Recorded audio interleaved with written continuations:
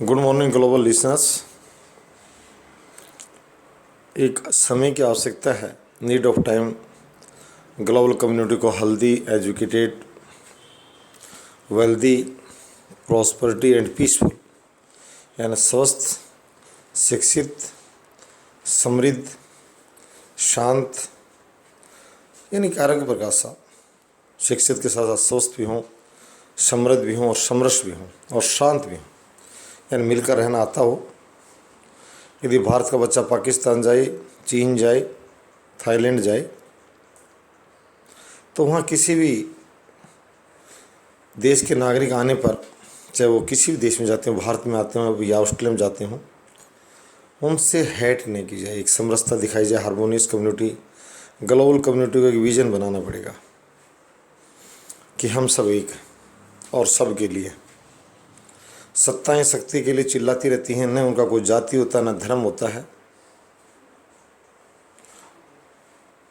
एक चैरिटी पर प्रतिबंध लगाने पर कई देशों की संसदें आलोचना पेश करती, criticising in the parliament and houses.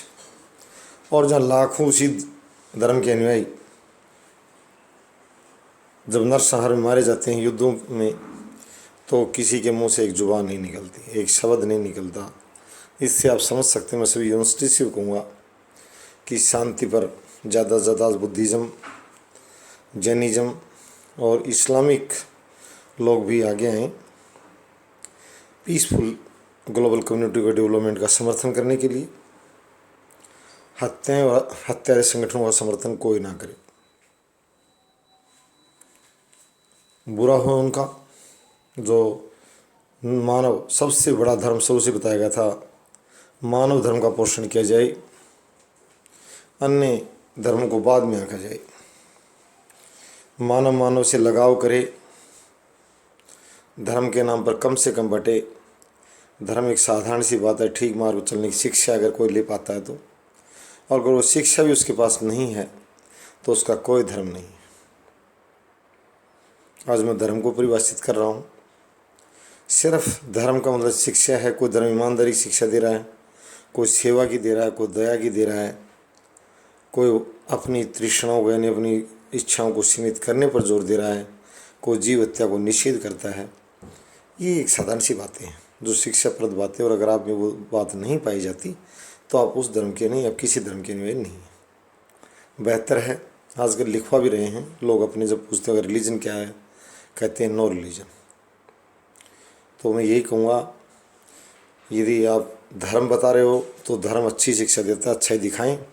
और आप में अच्छा ही नहीं है तो आप ये कीजिए नो रिलीजन। अब मैं उसी बात पर कह रहा हूँ, रूस और यूक्रेन के युद्ध को हम किसी की गलती नहीं ठहराएंगे।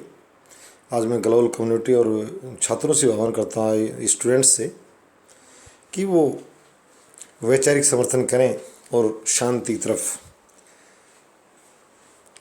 क्या क्या प्रयास किए जाएं, कौन सी शक्तियां युद्ध को संचालित कर रही हैं।